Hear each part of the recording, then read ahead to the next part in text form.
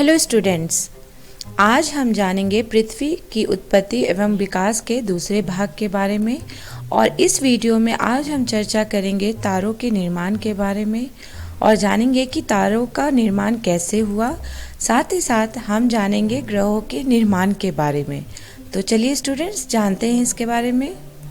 यहाँ हम चर्चा करेंगे कि तारों और आकाशगंगा का निर्माण कैसे हुआ।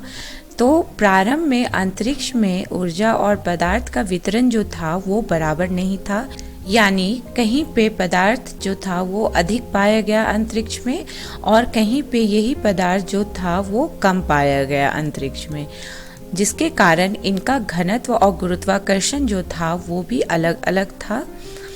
और ये घनत्व और गुरुत्वाकर्षण में भिन्नता होने के कारण पदार्थ का एकीकरण होने लगा और ये एकत्रण जो है वो आकाशगंगा के निर्माण का आधार बना। यानी जो पदार्थ बड़े आकार के थे उनका गुरुत्वाकर्षण भी अधिक था और वो अपने आसपास के गैसों को अपनी ओर ज़्यादा आकर्षित कर पाए, इसीलिए वो बड़े हो गए आकार में। जबकि जो पदार्थ जो थे वो छोटे आकार के थे, उनका गुरुत्वाकर्षण भी कम था और वो अपने आसपास के गैसों को कम आकर्षित किया अपने और, इसीलिए उनका आकार भी छोटा रह गया।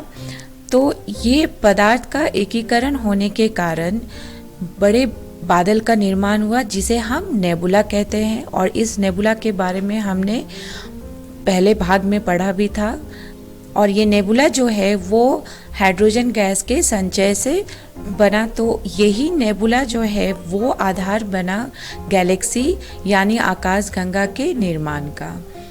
तो यहाँ हमने देखा कि कैसे ऊर्जा और पदार्थ का वितरण बराबर नहीं होने के कारण उनका घनत्व और गुरुत्वाकर्षण अलग अलग था और यही गुरुत्वाकर्षण के कारण पदार्थ का एकीकरण होने लगा जो नेबुला का निर्माण किए। और यही नेबुला जो है वो आधार बना हमारे आकाशगंगा या गैलेक्सी के निर्माण का। अब ये बहुत बड़े बादल जो नेबुला थे, जो बने हुए थे हाइड्रोजन गैस के संचय से, इस नेबुला यानी नीहारिका में गैस के झुंड विकसित होने लगे और ये झुंड जो है बढ़ते बढ़ते घने गैसीय पिंड बने, जिससे तारों का निर्माण शुरू हुआ। तो यहाँ हमने देखा कि कैसे पहले आकाशगंगा का निर्माण हुआ और फिर इस आकाशगंगा के अंदर गैस के झुंड विकसित हुए जो धीरे धीरे तारों का निर्माण किए। अब हम यहाँ देखेंगे कुछ महत्वपूर्ण तथ्य जो हमारे आकाशगंगा या गैलेक्सी से जुड़े हुए हैं। तो आकाशगंगा जो है उसकी दूरी 1000 प्रकाश वर्षों में मापी जाती है, जिसे हम लाइट ईयर्स भी कहते हैं। और तारों का निर्माण जो है वो लगभग 5 से 6 अरब वर्ष पहले हुआ। और जब हम आकाशगंगा के व्यास के बारे में चर्चा करेंगे तो एक आकाशगंगा का व्यास जो है वो 80,000 से लेके 1,50,000 प्रकाश वर्ष हो सकता है। तो यहाँ हमने देखा कुछ महत्वपूर्ण तथ्य जो हमारे आकाशगंगा से संबंधित है। अब हम यहाँ चर्चा करेंगे ग्रहों के निर्माण के बारे में। तो ग्रहों के निर्माण को हम 3 अवस्था में समझ सकते हैं। तो पहला अवस्था जो है ग्रहों के निर्माण में, उसमें नीहारिका के अंदर यानी नेबुला के अंदर गठित झुंडों में गुरुत्वाकर्षण बल से गैसीय बादल में क्रोड का निर्माण हुआ, जैसा कि हम इस चित्र में भी देख सकते हैं।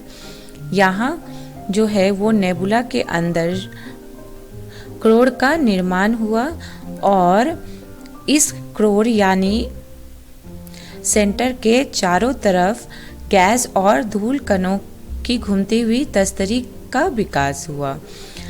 तो पहला अवस्था जो है ग्रहों के निर्माण में, उसमें जैसा कि हम लोगों ने पहले भी चर्चा किया कि अंतरिक्ष में पदार्थों के एकीकरण से नीहारिका यानी नेबुला का निर्माण हुआ। तो इसी नीहारिका के अंदर जो है वो क्रोर का निर्माण हुआ, जैसा कि हम यहाँ देख सकते हैं। और इस क्रोर के चारों तरफ गैस और धूल कणों की घूमती हुई तस्करी भी विकसित हुई। तो ये था पहला अवस्था ग्रहों के निर्माण में।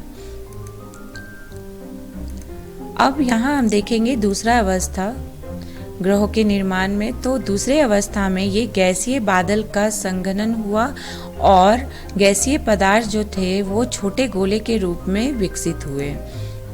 ये छोटे गोलक जो हैं फिर संचलन प्रक्रिया द्वारा ग्रहाणुओं में विकसित हुए।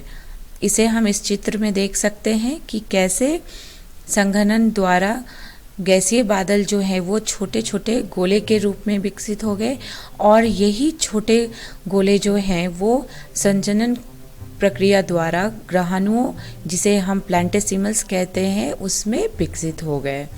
तो ये था दूसरा अवस्था ग्रहों के निर्माण में। तीसरा अवस्था में इन अनेक ग्रहाणुओं यानी प्लैनेटेसिमल्स, जिसे छोटे गोलक के रूप में हमने अभी चर्चा किया दूसरी अवस्था में, उसके सहवर्धित होने पे कुछ बड़े पिंड बनने लगे और यही बड़े पिंड जो हैं वो ग्रहों के रूप में बन गए, जैसा कि हम इस चित्र में देख सकते हैं। ये था तीसरा अवस्था ग्रहों के निर्माण में, जहां ग्रहाणुओं के संवर्धित होने पे बड़े पिंड हुए और वही ग्रह का निर्माण किए। तो ये था 3 अवस्था जिसे हम ग्रहों के निर्माण में जानते हैं। तो इस वीडियो में हम लोगों ने जाना तारों के निर्माण के बारे में, यानी तारों के निर्माण कैसे हुए, और ग्रहों के निर्माण के बारे में। संदर्भ के लिए हम देख सकते हैं एनसीईआरटी बुक भौतिक भूगोल के मूल सिद्धांत। अगले वीडियो में हम जानेंगे सौर मंडल के बारे में और चंद्रमा का निर्माण कैसे हुआ। धन्यवाद।